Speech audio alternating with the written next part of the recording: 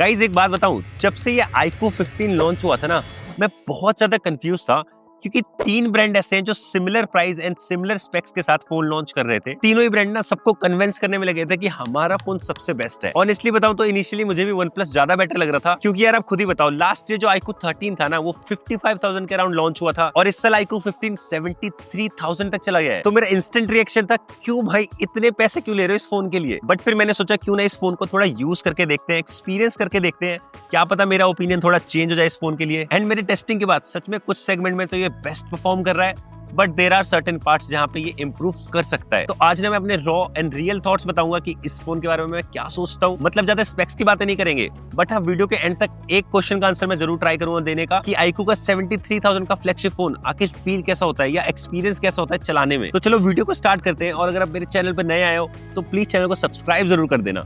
अब देखो, सबसे पहले बात करते हैं ये फोन हाथ में कैसा फील होता है। मतलब कोई भी फोन जब हम लेने जाते हैं, स्पेक्स तो इंपॉर्टेंट होती है, बट वो इन हैंड फील कैसा करता है ये भी बहुत इंपॉर्टेंट है। फर्स्ट इंप्रेशन में ना ये बिल्कुल iQOO 13 जैसे ही लगता है, जैसे फ्लैट फ्रेम है, बैक पैनल ग्लास का है और कैंडी बार डिजाइन है। बट इनकेस आप iQOO 13 और iQOO 15 एक साथ यूज करके देखोगे ना, तो आपको समझ में आएगा कि iQOO 15 की जो फिनिश है ना वो थोड़ी ज्यादा अच्छी है। मतलब जो बैक पैनल में मैट फिनिश है ना, उससे फिंगरप्रिंट नहीं आता बिल्कुल भी। और क्योंकि ये एपेक्स एडिशन है तो इसका जो बैक पैनल है ना वो बहुत ही इंटरेस्टिंग है। और डिजाइन में ना इन छोटी छोटी चीजों से फर्क तो बहुत पड़ता है। अब देखो, जब भी मैं रिव्यू के लिए फोन यूज करता हूँ ना, तो मैं ट्राई करता हूँ कि इस पर कोई केस ना यूज करूँ, क्योंकि ड्यूरेबिलिटी का पता चल जाता है। बट हाँ, रिव्यू के बाद मैं केस लगा देता हूँ। और काफी टाइम से मैं iQOO 15 यूज कर रहा हूँ, बट कोई भी विजिबल स्क्रैच नहीं दिखा मुझे अभी तक बैक पैनल पे या फ्रेम पे। इनिशियली जब मैंने इस फोन को यूज करना शुरू किया था ना, थोड़ा सा ये हैवी फील हो रहा था, क्योंकि इसमें 7000 mAh की बैटरी है। बट जैसे आप 2-3 दिन यूज कर लोगे ना, तो काफी यूज टू लगेगा आपते हैं। बट लास्ट में ना मैं एक और चीज बताना चाहता हूँ इसके डिजाइन के बारे में। मुझे ये नहीं पता कि इसके बैक पैनल पे कौन सी प्रोटेक्शन है, तो आई रेकमेंड आप केस लगा के ही यूज करना इसको। और हाँ, अगर आपको अभी तक वीडियो अच्छी लग रही है तो प्लीज इस वीडियो को लाइक जरूर करना और चैनल को सब्सक्राइब करना मत भूलना, इससे मेरी बहुत हेल्प होती है। और अगर हम इसकी डिस्प्ले की बात करें,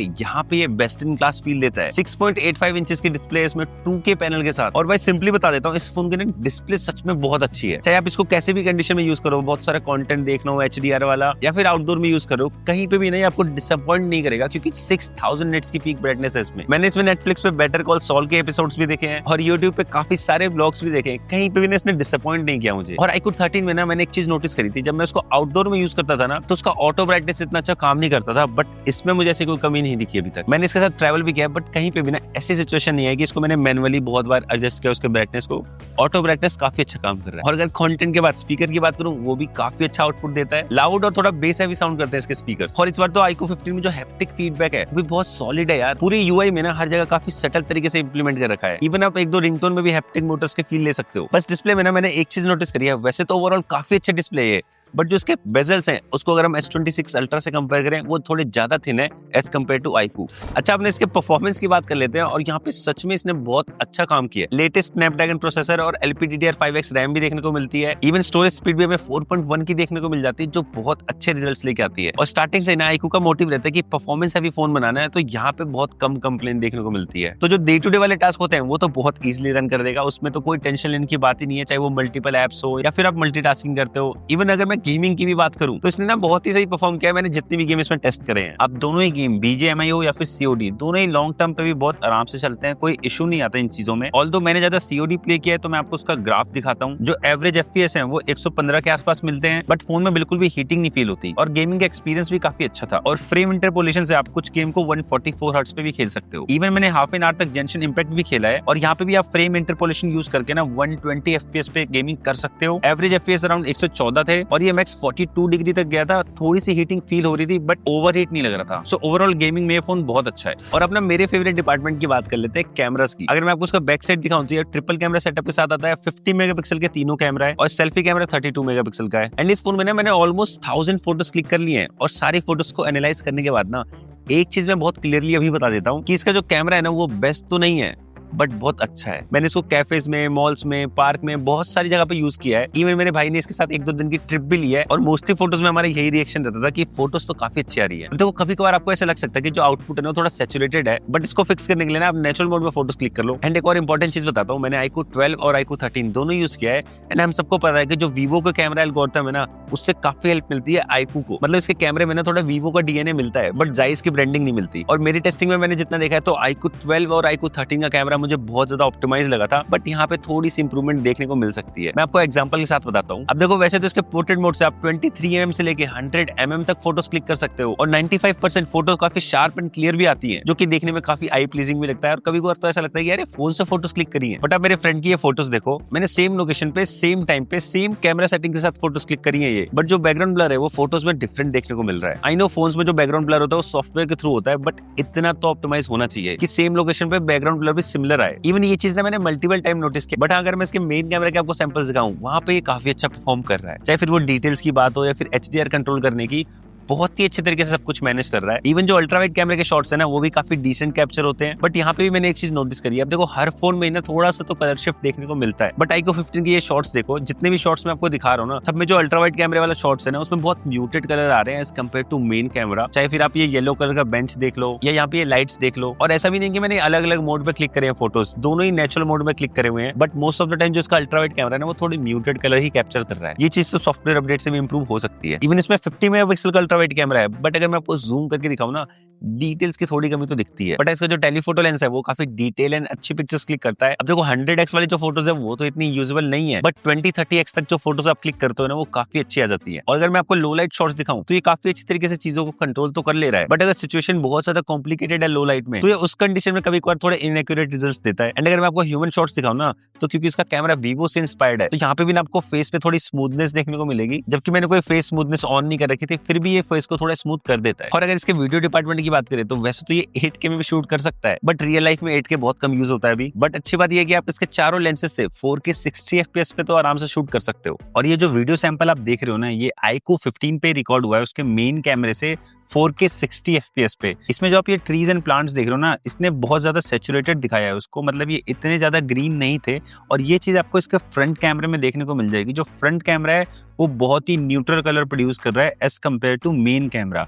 बट हाँ, ओवरऑल कह सकते हैं कि हाँ, वीडियो क्वालिटी ठीक है। और ये देखो इसका सेल्फी कैमरा, यहाँ पे जो प्लांट्स के कलर है ना, ये रियल दिख रहे हैं। यहाँ पे भी 4K में रिकॉर्डिंग हो रही है, बस फ्रंट कैमरे में ना थोड़ी स्टेबलाइजेशन और इम्प्रूव हो सकती थी। और जब लाइटिंग बहुत ज्यादा हार्श होती है ना, तो एक्सपोजर ये थोड़ा सा अनबैलेंस कर देता है, जो चीज फिक्स हो सकती है। मैं इसके सिनेमैटिक वीडियो की बात करूं, जहाँ पे बैकग्राउंड ब्लर हो जाता है, ये सिर्फ अभी भी 1080p सपोर्ट के साथ आता है, बट जितने भी कॉम्पिटिशन है वो 4K सपोर्ट करते हैं, तो यहाँ पे इंप्रूवमेंट की नीड है। तो जल्दी से अगर मैं इसके कैमरे को कंक्लूड करूं तो बहुत सिंपल सी बात है। अगर आपका वीडियो ओरिएंटेड ज्यादा काम है, आप कंटेंट क्रिएशन में हो, तो मार्केट में और भी ऐसे ऑप्शन है जिसमें वीडियो के थोड़े ज्यादा फीचर्स मिल जाएंगे। बट अगर आप फोटोज ज्यादा खींचते हो या फिर आप ह्यूमन शॉट्स क्लिक करते हो पोर्ट्रेट वाले, उसमें ये बहुत अच्छा काम कर रहा है। मतलब अगर सोशल मीडिया के लिए आपको फोटोज चाहिए इंस्टाग्राम पे अपलोड करने के लिए, तो काफी अच्छे रिजल्ट दे देगा ये। और कुछ मैं आपको इसके मैक्रो शॉट्स पे दिखाता हूँ, काफी अच्छे फोटोज तो ये क्लिक कर ले रहा है। बट यहाँ पे मैंने एक चीज नोटिस करी है, वीवो से जब मैं मैक्रो शॉट्स क्लिक करता हूँ ना, तो इतनी फोकस हंटिंग नहीं होती, मतलब फोकस बहुत प्यार से हो जाता है सब्जेक्ट पे, बट इसमें थोड़ा सा स्ट्रगल आपको करना पड़ेगा। अच्छा, अब कैमरे की बात ना सॉफ्टवेयर की बात करते हैं। यहाँ पे थोड़ी लंबी बात हो सकती है क्योंकि इसमें काफी कुछ है बताने को। अब ये तो आपको पता होगा, इसमें Origin OS 6 मिलता है, पहले FunTouch OS मिलता था इनके फोनों में, और उससे काफी बेटर है ये UI। और ब्रांड ने 5+7 ईयर्स का OS अपडेट भी बोला है इसमें। इवन मैंने नोटिस किया है Vivo और iQOO के फोन में ना फ्रीक्वेंटली अपडेट्स भी आते हैं, तो ये चीज बहुत अच्छी है इसकी। और जब से iQOO के फोन्स में Origin OS आया ना, तब से बहुत ज्यादा स्मूथ फील होता है, मतलब एनिमेशन बहुत स्मूथ है, पूरी UI थोड़ी मॉडर्न फील होती है। चाहे वो फिर नोटिफिकेशन पैनल देखो या कंट्रोल पैनल देखो, उसको भी आप अच्छे से एडिट कर सकते हो। मतलब FunTouch के अकॉर्डिंग काफी रिफाइनमेंट हुई है, बट स्टिल अभी भी रिफाइनमेंट की नीड है इस UI में। मैं बताता हूँ क्यों। अब देखो, किसी भी UI में फाइंडर या फिर ग्लोबल सर्च वाला फीचर होता है ना, वो मैं काफी ज्यादा यूज करता हूँ, और इसमें भी हमें ग्लोबल सर्च देखने को मिलता है, तो काफी यूजफुल तो है वो। बट जो मैंने बात करी थी रिफाइनमेंट वाली, यहाँ पे देखो, जब मैं ग्लोबल सर्च पे कुछ भी सर्च करूंगा ना, तो ये बहुत सारे ऐप सजेशंस देता है। और क्योंकि एक फ्लैगशिप फोन है, बट जो ये एक्सपीरियंस दे रहे हैं ऐप सजेशन देके, ये जो एक्सपीरियंस है ये फ्लैगशिप फोन वाली फील खराब कर देते हैं। इवन ये 73,000 का फोन है, बट इसमें भी ब्लोटवेयर देखने को मिलते हैं। और जब मैंने फर्स्ट टाइम इसका वी स्टोर ऐप ओपन किया था ना, वहाँ पे भी बहुत सारे ऐप सजेशंस आते हैं कि ये सारे ऐप इंस्टॉल कर लो। इन सारी चीजों में इंप्रूवमेंट हो सकती है। और डायनेमिक आइलैंड की तरह इसमें ओरिजिन आइलैंड मिलता है, और वो सच में अच्छा काम कर रहा है। जैसे ये ड्रैगन को फीचर दिखाता हूँ मैं आपको, किसी भी फोटो को ना आप होल्ड करके रख सकते हो, और फिर वहीं से इसको आप व्हाट्सएप पे सेंड कर सकते हो या फिर कहीं पे भी कॉपी पेस्ट कर सकते हो। बहुत ईजी और कन्वीनियंट है ये करना। और इनका ओरिजिन आइलैंड में ना मैप्स का भी सपोर्ट है, म्यूजिक प्लेयर भी शो हो जाता है। इवन अगर आप बैकग्राउंड में कोई यूट्यूब वीडियो चला रहे हो, तो उसके भी सेटिंग्स आपको यहीं पे दिख जाएंगे। और धीरे धीरे थर्ड पार्टी ऐप के सपोर्ट्स भी आ रहे हैं इसमें। इवन फोन में जितने भी AI फीचर मिलते हैं वो काम भी अच्छे से कर रहे हैं। एंड मैं सॉफ्टवेयर के ना आपको एक दो और ऐसे पॉइंट्स बताता हूँ जहाँ पे इंप्रूवमेंट्स कर सकते हैं ये लोग। इसमें अगर आप इंस्टाग्राम या स्नैपचैट चलाओगे ना, तो वहाँ पे टेलीफोटो कैमरा और अल्ट्रा वाइड कैमरा का सपोर्ट देखने को नहीं मिलता, बस आप 1x कैमरे को यूज कर सकते हो। और कभी कभार मैंने ये भी नोटिस किया, नोटिफिकेशन डिले के साथ आती है। मैं इसका प्रूफ तो नहीं दिखा सकता, लेकिन मैंने ओवर द टाइम ये फील किया है। और क्योंकि इसमें नेटिव डायलर मिलता है, तो आप कॉल रिकॉर्ड भी कर सकते हो। और थ्रू आउट मेरी टेस्टिंग में मैंने इसमें एयरटेल की सिम यूज करी और मुझे कहीं पे भी नेटवर्क इशू तो देखने को नहीं मिले। तो देखो सिंपल सी बात है, iQOO के फोन में जो फन टच ओएस होता था ना, उससे तो काफी बेटर है ओरिजिन ओएस, बट क्योंकि एक फ्लैगशिप फोन है तो इसमें अभी भी एक सॉफ्टवेयर इंप्रूवमेंट की नीड तो है। अच्छा, हमने इसके बैटरी डिपार्टमेंट की बात करते हैं और यहाँ पे इसने सच में बहुत सही काम किया है। 7000 mAh की सिलिकॉन कार्बन बैटरी है और 100 वॉट की चार्जिंग मिलती है हमें। ये फोन इजिली ना 1 घंटे 10 मिनट के अराउंड फुल चार्ज हो जाता है। इवन 40 वॉट की रिवर्स वायरलेस चार्जिंग का भी सपोर्ट मिलता है इसमें। बट जैसा मैंने पिछले वीडियोस में बताया था, इसमें भी कोई मैक्सेफ का सपोर्ट नहीं देखने को मिलता। आई विश, मेरी रिक्वेस्ट है कि सारी कंपनियां ना मैक्सेफ जरूर डाले अपने फोन में। बहुत कन्वीनियंट हो जाता है हर चीज में, बहुत सारे थर्ड पार्टी एसेसरीज आते हैं जिससे आपकी लाइफ इजी होती है। अब देखो, अगर मैं इसकी बैटरी बैकअप की बात करूं तो आपको मैं 2 सिनेरियोज में बताता हूं। फर्स्ट, अगर मैं हैवी यूजिंग की बात करूं कि मैंने पूरे दिन गेमिंग करी हो, बीजीएमआई खेला हो, सीओडी खेला हो और साथ में काफी सारे नेटफ्लिक्स पे कंटेंट देखा है, वीडियो कॉल्स लिए हो, फोटोग्राफी करी हो, इन सब चीजों के बाद भी ना ये आराम से 6 से 7 घंटे का एसओडी दे देता है, जो कि एक अच्छा नंबर है। और अगर मैं इस फोन की आइडल ड्रेन की बात करूं, वो मुझे थोड़ा सा ज्यादा लगा है, 5 से 6% बैटरी ड्रॉप हो जाती है। और अगर आप थोड़े लाइट यूजर हो कि ज्यादा गेमिंग नहीं करते या फिर बहुत ज्यादा फोटोग्राफी या वीडियोग्राफी नहीं करते डे टू डे लाइफ में, बस नॉर्मल सोशल मीडिया एप्स चला लिया या थोड़ा कैलकुलेटर यूज कर लिया या फिर पीडीएफ एडिट कर लिया, ऐसे कामों में तो ये आराम से 9 आवर्स का एसओटी दे देता है। तो सच में बैटरी डिपार्टमेंट में तो ऐसी कोई चीज नहीं है जिसमें इसके नंबर कट हो। यहाँ पे ये बहुत सॉलिड परफॉर्म कर रहा है। बस iQOO 13 120 वॉट सपोर्ट करता था, ये 100 वॉट सपोर्ट करता है, बट ये भी अच्छा नंबर है। और एक और यूजफुल फीचर बताऊं, अब तो वैसे ही हर फोन में आता है, जो इसका IR ब्लास्टर है ना, मैं उसको सच में यूज करता हूँ। अपने टीवी और एसी का रिमोट मैंने इसी से बना रखा है। तो अब इतने सारे डिस्कशन के बाद ना फाइनली इस फोन के कंक्लूजन की बात करते हैं। अब देखो, वैसे तो इसकी एमआरपी 73,000 के आसपास है, बट सारे ऑफर्स मिला के ये 69,000 के आसपास आपको मिल जाएगा। एंड क्या इस प्राइस पे ये एक अच्छा फ्लैगशिप फोन है? इसका आंसर मैं येस और नो दोनों देना चाहूंगा। येस मैं इसलिए बोल रहा हूँ क्योंकि जो इसने परफॉर्मेंस दी है या फिर इसका जो बैटरी लाइफ है या इसकी जो डिस्प्ले की क्वालिटी है, ये सच में फ्लैगशिप लेवल की है। बहुत ही अच्छी तरीके से ऑप्टिमाइज करी है सारी चीजों को, कहीं पे भी आपको कॉस्ट कटिंग नहीं दिखेगी। एंड नो मैं इसमें बोल रहा हूँ, जो इसके सॉफ्टवेयर है ना, उसमें थोड़ी और रिफाइनमेंट की नीड है।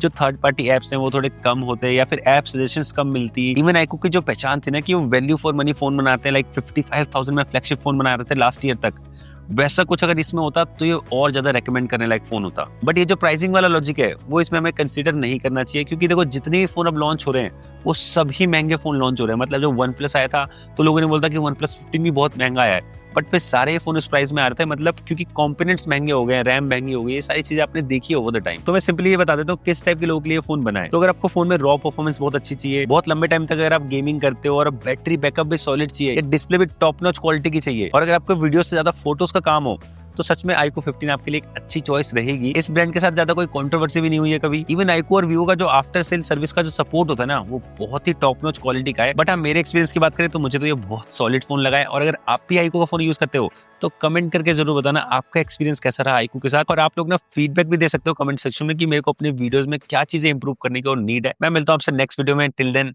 Bye bye.